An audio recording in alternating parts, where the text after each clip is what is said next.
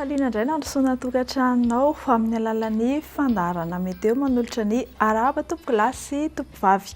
Matanjaka indray ny varatra azy amin'iny morontsiraka avaratra atsinanan'ny Madagasikara iny amin'izao fotoan'izao izay mandrafitra ny andro amin'izany faritra izany ary mitondra orana malefaka.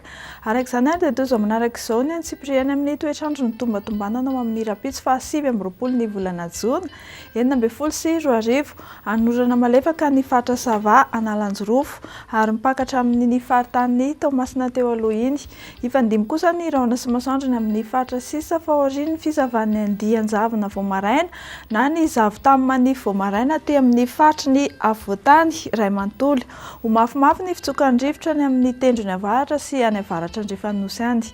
Ho amin'ny rapitso tolakandro dia mbola hitohy hatrany ny orana malefaka ny faritra Antalaha, Analanjorofo ary Toamasina.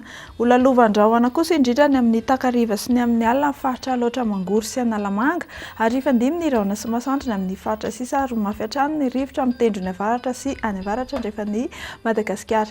Izy fidinany be ny maripana no tombatombanana ho amin'ny rapitso maraina 2 degré Celsius ny ambany indrindra hitantsika any Ambatolampy any, 3 degré Celsius kosa ny any faritra Vakinankaratra, 4 degré ny faritra Antananarivo sy Fianarantsoa teo aloha ary ny faritra ny Morontsiraka manodidina ny 13 hatramin'ny 17 degré Celsius. Ho amin'ny maripana no tombatombanana ao amin'ny rapitso tolakandro izay dia tsy dia nisy fihetsehany firy no arina tamin'ny androany. 20 na 20 degré Celsius izany ny aty amin'ny faritry ny Avoatany aty, ny any amin'ny tendrony avaratra indrindra 20 degré Celsius ary ny any amin'ny faritra atsimo any 20 hatramin'ny 17 degré Celsius. Ho an'ireo tanan-dehibe vitsivitsy indray no arosanao zao ho tsara ny andro amin'ny rapitso any Milan, anorana tandrifindraona malefaka any Paris sy Johannesburg ary Nairobi. Anoram-baratra kosa ny faritry Bangkok. Ho an'ireo nosy raha vavy manodidina ny Gasikara indray dia toy izao manaraka izao.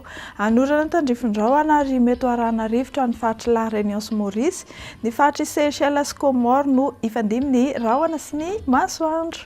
Dia izay indray tompoko lahy sy tompoko vavy no azonao rosoantsika eo amin'ity alina ity manome fotoana anao ny tenako amin'ny rapitso. Veloma tompoko.